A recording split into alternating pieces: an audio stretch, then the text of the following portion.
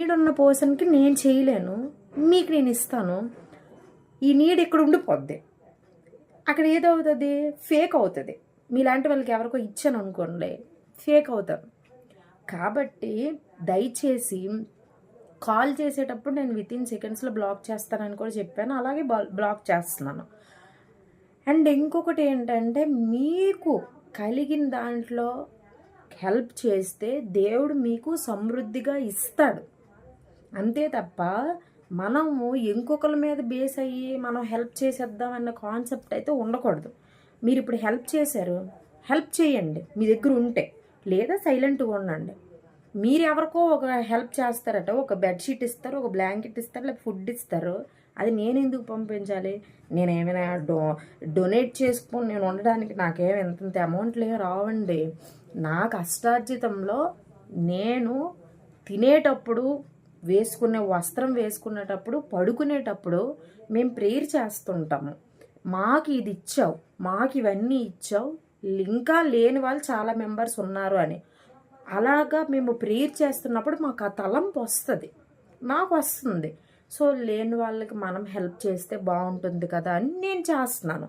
అంతే తప్ప ఎక్కడెక్కడో ఉన్న వాళ్ళకి నేను చేయడానికి నేనేమి ఇక్కడ పెట్టలేదండి. అనాథాశ్రమాలు ఏమి లేవు మనకి. ఇలా చేసిన దానికి మనకి ఎవరివ్వరు. నాకు చాలా మెంబర్స్ అన్నారు, మీరు హెల్ప్ చేస్తున్నారు కదా, అందరినీ అడిగి కూడా చేయండి అంటే నేను చెయ్యను. నా దగ్గర ఉంటే కష్టం. నేను ఈవెన్ ఒక బైబుల్ అయినా హెల్ప్ చేయాలంటే నా కష్టార్జితంతోనే బైబిల్ కూడా నేను ఇస్తాను తప్ప ఒక్కరు కష్టంతో నేను ఇప్పుడు వేరే వాళ్ళకి హెల్ప్ చేయను. నా దగ్గర ఉంటే నేను చేస్తాను, లేదంటే సైలెంట్గా ఉంటాను, అంతే. అది తెలుసుకోండి. ఇంకొకటి, దేవుని గురించి మాట్లాడుతున్నప్పుడు దేవుని గురించి ఫస్ట్ థింగ్ మీరు తెలుసుకోండి. దేవుని గురించి మేము చెప్తున్నప్పుడు ఎవరెవరో వెటకారం చేస్తున్నారు. చేయడంలో నాకేం లేదు, నాకేమీ రాదండి. ఇప్పుడు దేవుని గురించి నేను చెప్పాను అనుకోండి, మేము ఎందుకు చెప్తాము? మేము ఏదైతే పొందుకున్నామో, మేము ఏదైతే బ్లెస్డ్గా ఉన్నామో, మేము ఏదైతే యేసుక్రీస్తు రక్తంలో కడిగి పాపాన్ని ఒప్పుకొని పాపాన్ని తొలగించుకొని ఈరోజు మేము ఇలాగ బ్రతుకుతున్నామో, అది మీరు కూడా అలాంటి యేసుప్రభు రెడీగా ఉన్నాడు మిమ్మల్ని క్షమించడానికి, మీరు చేసే పాపాన్ని. సో ఆయన మీకు నిజ జీవితాన్ని ఇస్తాడు అని మేము చెప్తున్నాం తప్ప, మీరు నమ్ముకోవడం వల్ల, మీరు యేసుప్రభు దగ్గరికి రావడం వల్ల మాకు వచ్చేది ఏం లేదు. కాకపోతే మీకు సేఫ్ జోన్, మీకు అర్థమైన భాష ఏంటంటే సేఫ్ జోన్లో పెట్టడం. సేఫ్ జోన్ మీన్స్ ఏంటంటే, ఎన్నో రకాలుగా యాక్సిడెంట్లు అవుతుంటాయి, ఎన్నో రకాలుగా పాపాలు చేసి ఎన్నో కుష్ఠరోగులం అయిపోతాము. తర్వాత క్యాన్సర్ అనేసి చనిపోతున్నారు చాలా మెంబర్స్, ఎయిడ్స్లు వచ్చేస్తున్నాయి, చాలా ప్రాబ్లమ్స్ వస్తున్నాయి. దేవుడి దగ్గర నిజము పాపాన్ని ఒప్పుకుంటే దేవుడు మంచి మార్గాన్ని ఇచ్చి రాజ్యాన్ని ఇస్తాడని మేము చెప్తున్నాను తప్ప మీకు ఎవరికి బలవంతనైతే నేను చెయ్యను. ఎందుకంటే అది యువర్ విష్. గొర్రెలు అంటున్నారు కదా, ఓకే మేము గొర్రెలమే. ఎందుకు అంటే పాపం చేసే వాళ్ళను కూడా క్షమించే అంతటి గొర్రెలం మేము. దేవుడు మాకు చెప్పాడు కదా, అందుకు పాపం చేసే వాళ్ళను కూడా గొర్రెలుగా మేము క్షమిస్తాము. అది మాలో ఉన్న నీతి, అర్థమైందా? ఇంకొక మేము గొర్రెలమే ఎలా అంటే, ఒక్క గొర్రె, మేము గొర్రెలం ఇంకొక రకంగా ఏంటంటే, మీ అందరూ సేఫ్ జోన్లో ఉండాలి, సేఫ్ జర్నీస్లో ఉండాలి, మీ అందరికీ ఫైనాన్షియల్గా ఏ ప్రాబ్లమ్స్ రాకూడదు, మీ అందరూ కూడాను హెల్తీగా ఉండాలని ప్రేయర్ చేస్తున్నాము. మేము గొర్రెలమే. ఐ యాక్సెప్ట్, నేనైతే యాక్సెప్ట్ చేస్తాం, ఓకేనా? కాబట్టి గొర్రెలు అన్న వర్డ్ చాలా మంచిది. గొర్రె ఏంటి, బతికుండగా దాన్ని చంపినా, దాన్ని చెవులు కట్ చేసినా, పీక నరికేసినా ఇస్తుంది బలి కదా. యేసుప్రభు కూడా మనందరి కోసం, మనందరి పాపం కోసం ఆయన బలిచ్చాడు, మళ్ళీ తిరిగి లేచాడు. అయితే ఈరోజు మీకు ఈ విషయం నేను చెప్పడం వల్ల మాకేం రాదు.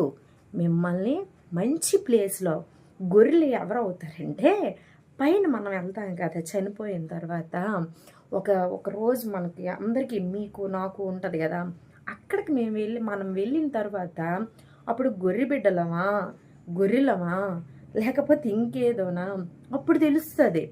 మేమైనా తప్పులు చేస్తూ వెళ్ళామనుకోండి నరకంలో పడతాం. పడినప్పుడప్పుడు మేము గొర్రెలమా, మేము మనుషులమా, పశువులమా అని అక్కడ తెలుస్తుంది మాకు కూడా. అప్పుడు మేము కేకలు వేసి అరుపులు అరిచినా దేవుడు యాక్సెప్ట్ చేయడం.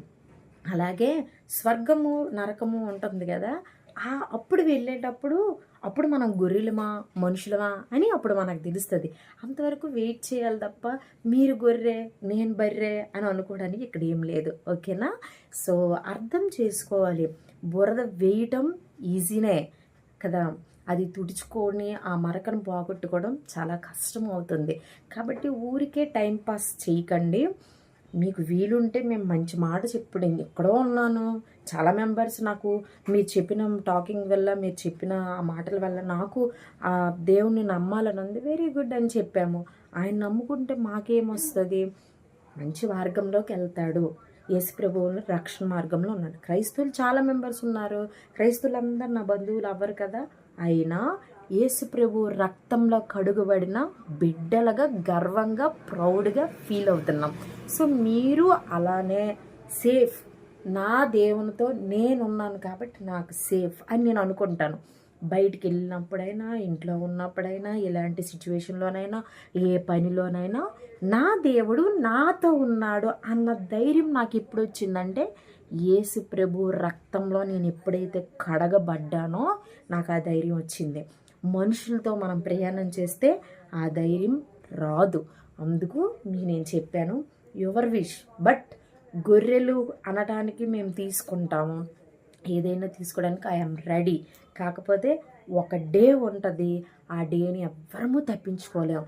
ఒకరోజు అక్కడికి వెళ్ళేటప్పుడు ఆ మార్గంలో మనం ఉండేటప్పుడు మనం అప్పుడు గొర్రెలమా బర్రెలమా ఏంటన్నది మనకు తెలుస్తుంది.